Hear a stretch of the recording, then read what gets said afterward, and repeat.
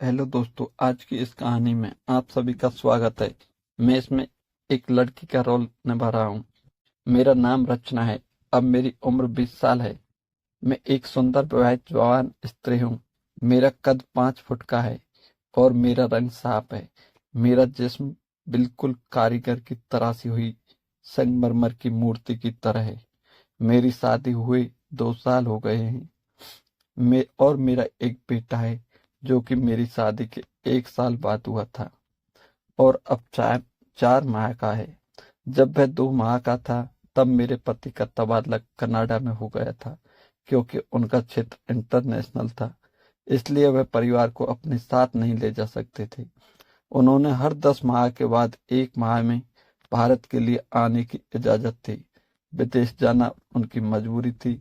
इसलिए मुझे और मेरे 4 माह के बच्चे को अकेला छोड़ गए थे। हम अकेले न रहे, इसलिए मेरे पति ने मेरे ससुर यानी कि मेरे पिताजी को हमारे साथ रहने के लिए शहर बुलाया था। मेरे ससुर जब हमारे साथ रहने के लिए आए तब उनकी उम्र 45 साल की थी। अब वे हमसे अलग गांव में रहते थे। मेरी सास की मृत्यु 1 साल पहले हो गई थी और पिछले 1 साल से ज्यादा वहीं पर गांव में अकेले ही रहते थे। पापा जी रेलवे में रह चुके थे और रिटायर्ड होने के बावजूद वे बहुत फुर्तीले थे। रेलवे के और तरीके और तहजीब पर वे भी अभी तक नहीं भूले थे। गांव में रहने और खेतीबाड़ी करते तथा गांव के शुद्ध वातावरण के कारण उनका शरीर बहुत ही कठिला था और इस आयु में भी वे एकदम 25-30 साल के जवान लगते थे। पहले जब भी वे अपनी सासू माँ के साथ हमारे घर पर आकर रहते थे तो मेरे पड़ोसियों ने मेरे पति के बड़े भाई ही समझते थे। पति के जाने के बाद पिछले 4 माह से वे हमारे साथ ही रह रहे थे। पढ़े लिखे होने के कारण उनका उठना बैठना और पहनावा भी शहर वासियों जैसा है, इसलिए मेरे साथ घर में बहुत जल्दी एडजस्ट हो गए थे। घर के काम और बच्चों की देखभाल में मेरा हाथ बटा देते थे।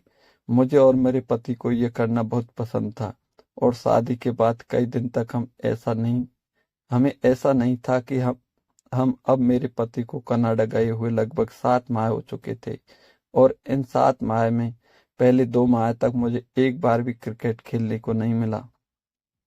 इसलिए मैं इतनी बेचैन रह रही थी और सारा दिन तड़पती रहती थी, पर कोई भरोसे का नजर नहीं आता था। लेकिन 5 महीने मुझे अचानक ही एक ऐसा अवसर मिला जिससे मुझे मेरी जिंदगी में बहुत बड़ी खुशी मिली और वह भी मेरी अभी तक जारी है। यह उस दिन की बात है जब मैं घर की सफाई काम करती हुई पापा जी के कमरे में गई तो मैंने पाया कि वे कमरे में नहीं थे। मुझे समझ में नहीं आया कि वे कहाँ गए होंगे, इसलिए मैं इधर उधर देखने लगी और तभी मुझे उनके बाथरूम की लाइट जलती हुई नजर आई। मैं जिज्ञासावश उठी और देखने चली गई। वहां मैंने देखा कि बाथरूम का दरवाजा थोड़ा सा खुला हुआ और अंदर से कुछ अजीब सी आवाज आ रही थी। मैं पापा जी की तबीयत ठीक नहीं है या वह किसी तकलीफ में है। घबराहट से जल्दी से बाथरूम का दरवाजा खोलकर अंदर झांकने लगी। अंदर का नजारा देखकर मेरे होश उड़ गए। पापा जी अपने महाराज की बड़ी तसल्ली से मालिश कर रहे थे। इससे पहले मैं अपने पापा को संभालती तभी मैंने देखा कि पापा जी जोर जोर से सिसकियां दे रहे थे। यह सब देखकर मेरी नजर में जोर से एक लंबी सी सांस निकली, जिसे सुनकर पापा जी ने पलट कर देखा और मुझे देखते ही गुस्से से बोले, तू यहाँ पर क्या कर रही है? उनके गुस्से से भरी आवाज सुनकर मैं डर गई और बिना आवाज दिए वहां से भाग गई। इस घटना के 2 घंटे बाद मैं तो उनके सामने भी नहीं गई, लेकिन दोपहर का खाना बनाने के समय बेटा तंग कर रहा था तो मुझे मजबूर होकर उसके पास छोड़ने के लिए जाना पड़ा। तब बिल्कुल भी पापा सामान्य तरीके से पेश आए। इससे मेरी जान में जान आई और मैं भी उनके सामने आने जाने लगी तथा सामान्य तरीके से व्यवहार करने लगी। लेकिन उस घटना के बाद अगले दिन भी मैं उस नज़ारे के बारे में सोचती रही। अगले दिन अगले दिन रात को सोने के समय मेरा बेटा बहुत रोने लगा। जब वह चुप नहीं हुआ तो मैं उसे पापा जी के कमरे में ले गई और उन्हें देकर उनसे चुप करवाने का आग्रह किया। पापा जी ने गोद में लिया और मुझे लाने को कहा। मैंने उन्हें तेल लाकर दिया तो उन्होंने मेरे बेटे के पेट पर तेल मलना शुरू किया। कुछ ही देर में बेटा चुप होकर उनकी गोदी में सो गया। पोते को दादा के पास छोड़कर मैं अपने कपड़े बदलने चली गई। तभी मेरे दिमाग में योजना आई कि अगर मैं पापा जी को अपनी झलक दिखला दूं तो शायद कुछ बात बन जाए। अपने सारे कपड़े चेंज करके मैं अपनी गुलाबी रंग का पारदर्शी सा नाइट सूट गाउन पहना, फिर बेटे को पापा जी के कमरे में लेने के लिए गई। पापा जी ने मुझे उन कपड़ों में देखा और एक टक देख ही रहे थे। उनकी आंखों की चमक बता रही थी कि वह मेरे बिछाए हुए जाल में फंस जाएंगे। मुझे सिर्फ कुछ इंतजार करना पड़ेगा। जब मैंने पापा जी से बेटे को लेने के लिए हाथ बढ़ाया तो वे उन्हें देखते ही एकदम स्थिर हो गए। मैंने कहा, पापा जी यह सो गया है, लाइए मैं इसको बिस्तर पर सुला दूं।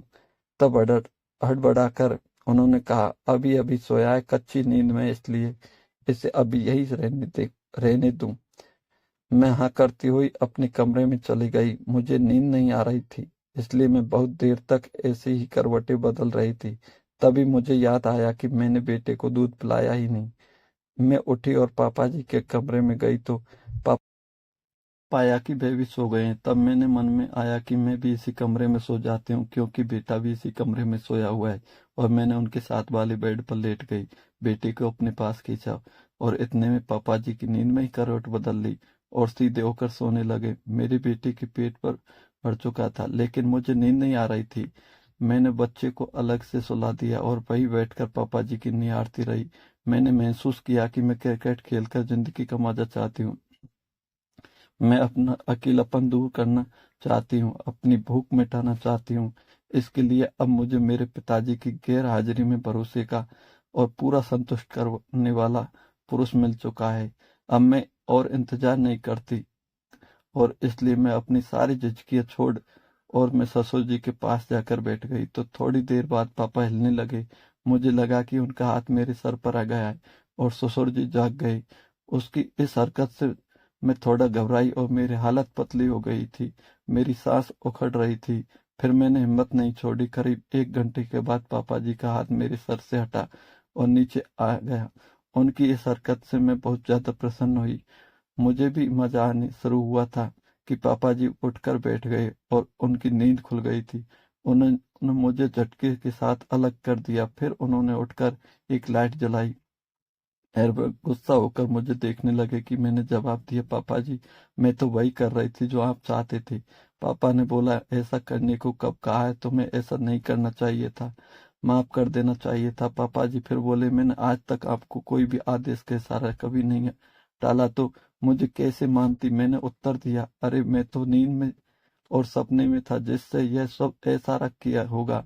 मैंने कहा, पापा जी तो क्या हो गया है, अगर मैंने इशारों को आपके तो देखकर समझकर आपकी सेवा कर दी तो आपका सपना और मेरा कर्तव्य पूरा हो गया है।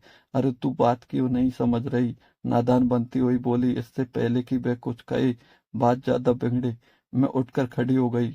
उन्हें आगे कुछ बोलने का मौका नहीं दिए बिना मैं उनके पैरों को पकड़कर नीचे बैठ गई। तो दोस्तों, इस कहानी का सुनाने का उद्देश्य मेरा आपको ठेस पहुंचाना व दिल दुखाना नहीं है, बस आपको जागरूक करना है। अगर दोस्तों आप खुद सही हो तो दूसरा कितना भी गलत हो वो आपका कुछ नहीं कर सकता है। आपको यह स्टोरी कैसी लगी कमेंट